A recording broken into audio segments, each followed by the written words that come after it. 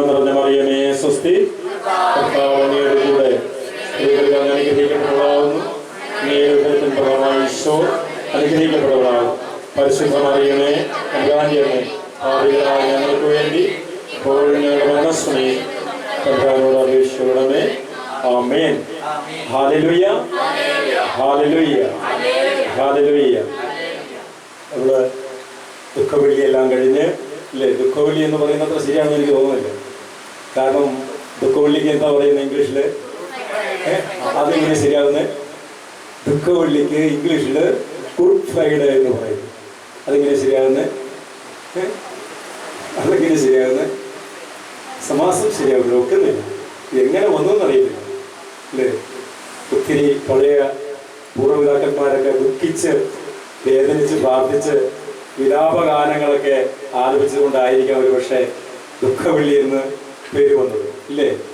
എനിക്ക് തോന്നുന്നു ഏറ്റവും അനുയോജ്യമായത് ഗുഡ് ഫ്രൈഡേ തന്നെയാണ് അല്ലേ? കാരണം എന്താ? നമ്മളെ വീണ്ടെടുത്ത ദിവസമാണ്, നമ്മളെ രക്ഷിച്ച ദിവസമാണ് അല്ലേ? എവിടെ നിന്ന് രക്ഷിച്ച്? ആ പാപത്തിന്റെ പടുകുഴിയിൽ നിന്ന് നമ്മളെ തന്റെ രക്തം വിലയായി കൊടുത്ത് ആ രക്തത്താൽ കഴിവെടുപ്പാക്കി തമ്പുരാൻ നമ്മളെ ദൈവപിതാവിന്റെ മക്കളാക്കി മാറ്റിയ ആ ദിവസമാണ് നമ്മൾ വിളിക്കുന്ന ദുഃഖവെള്ളി അല്ലെ? ഇംഗ്ലീഷുകാർ പറയുന്ന ഗുഡ് ഫ്രൈഡേ. അതുകൊണ്ട് നമുക്ക് ഗുഡ് ഫ്രൈഡേ എന്ന് തന്നെ പറയാം. ദുഃഖം വേണ്ട. ഹല്ലേലൂയ, ഹല്ലേലൂയ, ഹല്ലേലൂയ. ഒരുപക്ഷെ അപ്പോസ്തലന്മാരും ആ ദുഃഖവെള്ളി കുടുങ്ങിപ്പോയെന്ന് എനിക്ക് തോന്നുന്നത് അല്ലേ? വലിയ പ്രത്യാശയോടുകൂടി യേശുവിന്റെ കൂടെ നടന്നു. പലവട്ടം ഈശോ പഠിപ്പിച്ചു അല്ലേ? ഇന്ന സംഭവങ്ങളൊക്കെ നടക്കും അല്ലേ? ഞാൻ ഇങ്ങനെ ഇവരാൽ പിടിക്കപ്പെടും, പീഡനങ്ങളൊക്കെ വരും, എന്നെ അടിച്ച് ചതച്ച് കുരിശിൽ തറച്ച് എന്നെ കൊല്ലും അല്ലേ?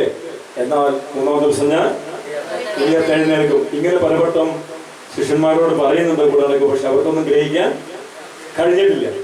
അതുകൊണ്ടായിരിക്കാം ഒരു പക്ഷേ ഈശോയുടെ മരണത്തോടു കൂടി അവരുടെ ജീവിതം ഏതാണ്ട് ഒരു തകർന്ന മട്ടായി, ഏതാണ്ട് അവസാനിച്ച മട്ടായി എന്നും പറയാം. സർവ പിടിയും വിട്ടപ്പോഴാണ് പ്രമുഖനായ അല്ലെങ്കിൽ ഈശോ ഒന്നാം സ്ഥാനത്ത് കരുതിയിരുന്ന, കൂടെ കൊണ്ടുകിടന്ന, നേതൃത്വ സ്ഥാനം കൊടുക്കാൻ ആഗ്രഹിച്ചിരുന്ന പത്രോസ് പറയുകയാണ്, ഇനിയിപ്പോ അതൊന്നും നോക്കിയിട്ട് കാര്യമില്ല, നമുക്ക് നമ്മുടെ പഴയ തൊഴിലേക്ക് പോകാം. ചാപ്പാട് ഒരു ദിവസവും കഴിക്കാൻ നേരമെങ്കിലും കഴിക്കണമെങ്കിൽ നമ്മുടെ തൊഴിലേക്ക് നമുക്ക് പോയേ പറ്റൂ, പോകാം. അപ്പോഴാണ് പറയുന്നത്, നിങ്ങൾ എന്താണെന്ന് വെച്ചാൽ ചെയ്തോ, ഞാൻ മീൻ പിടിക്കാൻ പോവുകയാണ്. കണ്ടോ, ഞാൻ മീൻ പിടിക്കാൻ പോവുകയാണ്. ഈ മറ്റ് അപ്പോസ്തലന്മാരും ഇവര് നേതാവായി തന്നെയാണ് കരുതിയിരുന്നത്. അതെ, പത്രോസിനെ. കാരണം ഏതൊരു കാര്യത്തിനും തെറിക്കുത്തരം മുറിപ്പത്തരം എന്ന് പറഞ്ഞ പോലെ ഏതൊരു കാര്യത്തിനും എടുത്ത് ചാട്ടക്കാരനാണ്. ഏതൊരു കാര്യത്തിലും അല്ലേ? കാണുന്നുണ്ട്, 2-3 കാര്യങ്ങൾ കാണാൻ പറ്റും. വിലാസാനത്തെ കുറിച്ച് പറയുമ്പോ എന്താ പറയുന്നത്? കർത്താവെ നിനക്കിത് പെട്ടെന്ന് ഒന്നും വരാനെ കുറിച്ച് ഒന്നും ചിന്തിച്ചിട്ട് കർത്താവ് നിനക്ക് സംഭവിക്കാതിരിക്കട്ടെ അല്ലേ? അത് നല്ലൊരു വിളി കിട്ടി, നല്ലൊരു ഓമന പേര് കിട്ടി. പുനർത്തക്കാര് എന്ത് അല്ലേ എന്നുള്ള പേര്. പിന്നെയോ പിന്നെവിടെയാണെന്ന് മാർക്കോസിന്റെ ചെവി ഒറ്റ വിട്ട് മുറിഞ്ഞാടി അല്ലേ? പെട്ടെന്ന് ഇവിടെ ഒരാൾ ചിന്തിക്കുന്നത്, ഞാൻ മീൻ പിടിക്കാൻ പോവുകയാണ്. യോഹന്നാൻ സുവിശേഷം 21-ാം അധ്യായം 3-ാം വാക്യം, ഞാൻ മീൻ പിടിക്കാൻ പോവുകയാണ്. അവർ പറഞ്ഞു, മറ്റുള്ളവര് അവർ പറഞ്ഞു, ഞങ്ങളും നിന്റെ കൂടെ പോലെ ഞങ്ങൾ രക്ഷപ്പെടും, നിന്റെ കൂടെ രക്ഷയുള്ളൂ, പഴയ തൊഴിലേക്ക് പോകാം. ഹല്ലേലൂയ.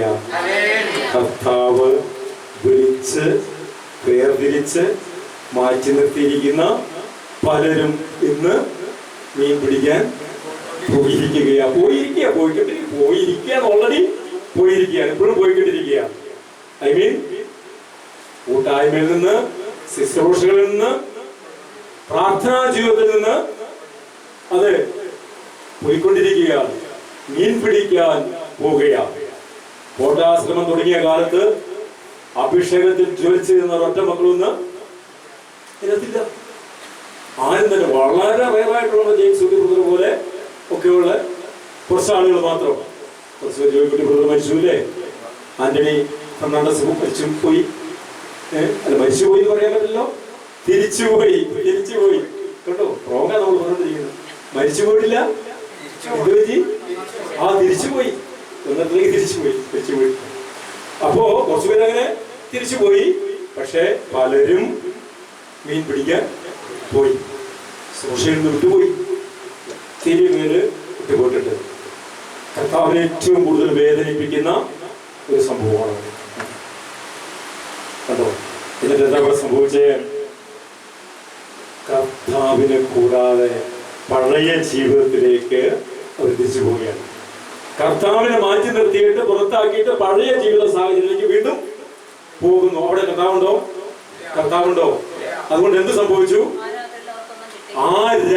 ഒരു രാത്രി മുഴുവൻ ഒന്ന് മനസ്സിലാക്കണം. പത്രോസ് എന്ന് പറയുന്ന വലിയ മുക്കുവൻ കടലിന്റെ അരികും മൂലയും ഒക്കെ അരിച്ച് കുടിച്ച് ഇട്ടിരിക്കുന്നത്. എവിടെ പൊടിമീനുണ്ട്, എവിടെ മത്തിയുണ്ട്, എവിടെ അയിലുണ്ട്, എവിടെ ഐക്കോലയുണ്ട്, നെയ്മീനുണ്ട്, കേരയുണ്ടെന്നൊക്കെ കൃത്യമായിട്ട് അറിയാവുന്ന പത്രോസാണ്. നമ്പർ 1 മുക്കുവനാണ്. മാറി വീശി ഒരു നമ്മുടെ ഭാഷ പറഞ്ഞ ഒരു പൊടിച്ച് പരല് പോലും കിട്ടിയില്ല. എത്ര ചേട്ടന്മാർ രാവിലെ ചൂണ്ടയിടാനായിട്ട് പോകും. തിരിച്ചു വരുമ്പോ ഒന്നും ഉണ്ടാവില്ല കയ്യില്. കൊണ്ടുപോയതൊക്കെ തന്നെ തിരിച്ചേ കൊണ്ടുവരുള്ളൂ. വേറെ ഒന്നും കിട്ടില്ല. അവർ പൊടിച്ച് പരലും കിട്ടത്തില്ല. ഈ സംഭവം തന്നെ ഇവർക്ക് ഒന്നും കിട്ടിയില്ല. ഉക്ഷസായപ്പോൾ പ്രഭാതമായപ്പോൾ യേശു കടക്കരയിൽ വന്ന് നിന്നു. എന്നാൽ യേശുവാണ് അവർക്ക് മനസ്സിലായില്ല. ഒരൊറ്റ ചോദ്യമാണ്, കുഞ്ഞുങ്ങളെ, എന്റെ മക്കളെ. എന്നിട്ട് എന്നാ പറഞ്ഞേ? വല്ലതും കിട്ടിയോ? വല്ലതും ഉണ്ടോ? വല്ലതും കിട്ടിയോ? ഇല്ല എന്നവർ വേദനയോടെ പറഞ്ഞു. ഉടനെ യേശു പറയുകയാണ് കേട്ടോ, commanding power from Jesus Christ. വള്ളത്തിന്റെ വലതുവശത്ത് വലയിടുക. കേട്ടോ, അനുസരിക്കാൻ തയ്യാറായി. പിന്നൊന്നും നോക്കിയില്ല. അപ്പം തന്നെ അനുസരിക്കാൻ തയ്യാറായി. വള്ളത്തിന്റെ വലതുവശത്ത് വലയിറക്കി. എന്നാ സംഭവിച്ചത്?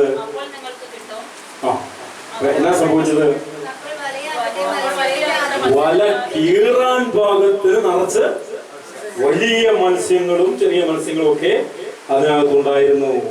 അപ്പോൾ യേശു സ്നേഹിച്ചിരുന്ന ഒരു ശിഷ്യൻ പത്രോസിനോട് പറഞ്ഞു, അത് കർത്താവാണ്. വേറൊരു വ്യക്തിക്കും അങ്ങനെ പറയാൻ, അധികാരത്തോടെ പറയാൻ കഴിയത്തില്ല. അത് നമ്മുടെ കർത്താവാണ് കേട്ടോ. അത് കർത്താവാണ് കേട്ടോ. അത് മനസ്സിലായി. ഇങ്ങനെ ഒരു അത്ഭുതം അവിടെ സംഭവിക്കണമെങ്കിൽ, അരമണിക്കൂർ മുമ്പ് വലയിട്ടിട്ട് പോയത് അവിടെ സംഭവിക്കണമെങ്കിൽ അത് കർത്താവിനെ കൊണ്ടേ പറ്റത്തുള്ളൂ. കടലിന്റെ അഗാധങ്ങളിൽ കൂത്താടിന മീൻകൂട്ടത്തെ മക്കളെ വാഴാനും പറഞ്ഞ് വിളിച്ച് ആ വള്ളത്തിന്റെ വലതുവശത്ത് നിർത്താൻ കർത്താവിനല്ലാതെ മറ്റാർക്കും കഴിയുകയില്ല എന്ന് സ്നേഹിച്ച ആ ശിഷ്യന് മനസ്സിലായി. അപ്പോ പറഞ്ഞു, അത് നമ്മുടെ കർത്താവാണ്. അത് കേട്ട പാടി എടുത്തേട്ടക്കാരൻ പത്രോസ് എന്ത് ചെയ്തു? വെള്ളത്തിലേക്ക് എടുത്തുകാടി. ഒന്ന് ആലോചിച്ച് നോക്കി. ആ വെള്ളത്തിലേക്ക് എടുത്തുകാടി, കടലിലേക്ക് എടുത്തുകാടി. പെട്ടെന്ന് കടലിലേക്ക് എടുത്തുകാടി. താൻ നഗ്നനായിരുന്നുകൊണ്ട് പുറങ്ങുപ്പായം ധരിച്ച് കടലിലേക്ക് ചാടി. എടുത്തേട്ടക്കാരൻ ചാടി. പിന്നീട് കാര്യം നമുക്കറിയാം. അവര് വല വലിച്ച് വെള്ളം തള്ളി ഉന്തി കരയ്ക്ക് കൊണ്ടുവന്നു. കർത്താവ് അവരോട് പറഞ്ഞു, ഇപ്പൊ പിടിച്ച മത്സ്യത്തിൽ കുറെ കൊണ്ടുവരിക. അതിനെ തീയിൽ വെച്ചു, ചുട്ടെടുത്തു, അപ്പമെടുത്ത് വാട്ടി അവർക്ക് കൊടുത്തു. അങ്ങനെ പ്രഭാതത്തില് ഒരു ബലിയർപ്പണം അവിടെ നടന്നു. ഒരു കുർബാന അവിടെ നടന്നു. എന്നിട്ട് ആ കുർബാന കഴിഞ്ഞിട്ട് പിന്നെ ഒരു സംഭവമാണ് വരുന്നത്. പത്രോസിനെ വിളിച്ചു. പത്രോസിനെ വിളിച്ചു. ഒരു അപമാനഭാരം പത്രോസിനുണ്ട്. കാരണം എന്താ? ഒരു ദാസിയുടെ മുമ്പില്, ഒരു വേലക്കാരി, പരിസരക്കാരി പെണ്ണിന്റെ മുമ്പില് തന്റെ നാഥനും ഗുരുവുമായ തമ്പുരാനെ തള്ളി പറഞ്ഞവനാണ്. ഒന്നല്ല, രണ്ടല്ല, 3 വട്ടം. ആ വലിയ ആ ഒരു അപമാനത്തിന്റെ ഭാരം, ആ വേദനയുടെ ഭാരം അവന്റെ ഉള്ളിലുണ്ട്.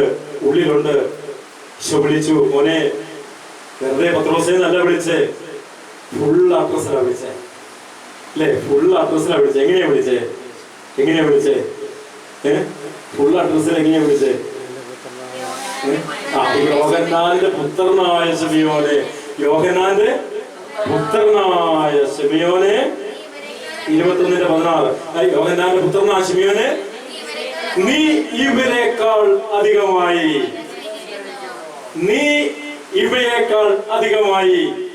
നിനക്ക് കുറച്ചു മുമ്പ് കിട്ടിയ, വള്ളം നിറച്ച് കിട്ടിയ മീനിന്റെ വലിപ്പം, വള്ളം മുങ്ങാറാകുന്ന രീതിയിൽ നീ വലിച്ചു കയറ്റിയ മീനിന്റെ വലിപ്പം, മീൻ അതിനേക്കാൾ അധികമായി, ഇവരെക്കാൾ അധികമായി അർത്ഥമാക്കിയത്. കാരണം എന്താ? കഥടിച്ചു പോയില്ലേ? ഞാൻ മീൻ പിടിക്കാൻ പോവുകയാണ്. അവയേക്കാൾ അധികമായി, ലോക സുഖങ്ങളെക്കാൾ അധികമായി, ഇമ്പങ്ങളെക്കാൾ അധികമായി, സമ്പത്തിനേക്കാൾ അധികമായി, സ്ഥാനമാനങ്ങളെക്കാൾ അധികമായി നീ എന്നെ സ്നേഹിക്കുന്നുവോ? ചങ്കത്ത് കൈവച്ച് നമുക്ക് പറയാൻ പറ്റുമോ? കർത്താവേ, ഞാൻ നിന്നെ സ്നേഹിക്കുന്നു പറയാൻ പറ്റുമോ? പറയാൻ പറ്റില്ല. പക്ഷെ ചങ്കീന്ന് വരത്തില്ല. പത്രോസിന് വന്നു ചങ്കീന്ന്. എപ്പോഴാണെന്നറിയാമോ?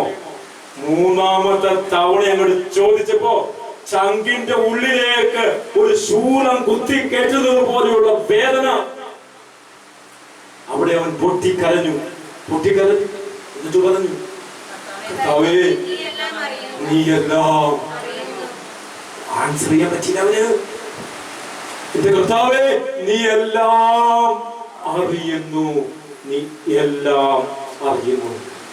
എന്റെ മക്കളെ, ഇതാ സമർപ്പണം. നീ ആൻസർ ചെയ്യണ്ട. നിന്റെ ചങ്കിന്റെ ഉള്ളിൽ നിന്ന് നീ പറഞ്ഞാൽ മതി, സമർപ്പിച്ചാൽ മതി. കർത്താവ് എന്നിട്ട് പറയും, എന്റെ കുഞ്ഞാടുകളെ നീക്കുക. ആ രംഗം നമ്മളൊന്ന് വിഷ്വലൈസ് ചെയ്തേ. നമ്മുടെ ചങ്ക് ഇങ്ങനെ എന്താ പറയുന്നത്, പടക്കി കണ്ണു നിറയും. ആ രംഗം നിങ്ങളൊന്ന് മനസ്സിലേക്ക് കൊണ്ടുവന്നേ. പത്രോസിന്റെ അപ്പോഴത്തെ മാനസികാവസ്ഥ കൊണ്ടുവന്നേ. എന്റെ മക്കളെ, ഒരു ദിവസം എത്ര പ്രാവശ്യം തള്ളി പറയുന്നവരാ നമ്മള്? ഒരു ദിവസം എത്ര പ്രാവശ്യം ക്രൂശിക്കുന്നവരാ നമ്മള്? ഒരു പ്രാവശ്യം എത്ര തവണ നിസാര കാര്യങ്ങളിൽ. ഇവിടെ എന്റെ ജീവനൊന്നും പോകില്ല, അവിടെ പത്രോസിന്റെ ജീവൻ പോകുമെന്നുള്ള പേടി കൊണ്ടാണ് തള്ളി പറഞ്ഞത്. പിടിക്കപ്പെടും, ജീവൻ പോകുമെന്നുള്ള പേടി. ഇവിടെ ഞാൻ തള്ളി പറയുന്നത്, എതിർസാക്ഷ്യം കൊടുക്കുന്നത്, മറ്റുള്ളവരുടെ യേശുവിനെ കുറിച്ച് ഒരു വാക്ക് പറയാത്തത്, ഈ സ്നേഹത്തെ കുറിച്ച്, ഈ രക്ഷയെ കുറിച്ച്, ലോകത്തിന്റെ രക്ഷയ്ക്ക് വേണ്ടി ദൈവം അയച്ച ഏകജാതൻ യേശുക്രിസ്തു മാത്രമാണെന്ന് ഞാൻ പറയാത്തത് എന്തുകൊണ്ടാണ്? എന്റെ ജീവൻ കളയുമോ? ഞാനിത് പറഞ്ഞ തലകൊട്ടി കളയുമോ ഇവിടെ ഈ കേരളത്തിൽ? ഇപ്പോ പിന്നീടുണ്ടായേക്കാം, ഇപ്പോ ഇല്ല. പത്രോസിനേക്കാളും എത്രയോ അധംപതിച്ച ഒരു ജീവിതമായ എന്റേതും നിങ്ങളുടേതും. ഒന്നാലോചിച്ച് നോക്കിക്കേ. ലോകമെങ്ങും പോയി സകല സൃഷ്ടികളോടും ആ ദൗത്യം നമ്മുടെ മേലുണ്ട്. വിശുദ്ധ മാമോദീസായിലൂടെ നമുക്ക് കേൾക്കുമ്പോൾ ഭയങ്കര രസമാണ്. നമ്മൾ എത്ര വട്ടം തള്ളിപ്പറയുന്നുണ്ട്, എത്ര വട്ടം ക്രൂശിക്കുന്നുണ്ട്. ചെറുതും വലുതുമായ കാര്യങ്ങൾ ഒന്നും ഞാൻ എടുത്തു പറയുന്നില്ല. ഒരൊറ്റ കാര്യം മാത്രം, നമ്മൾ പുനരുത്ഥാനത്തിന്റെ ശക്തിയിലാണ് ഇപ്പോൾ.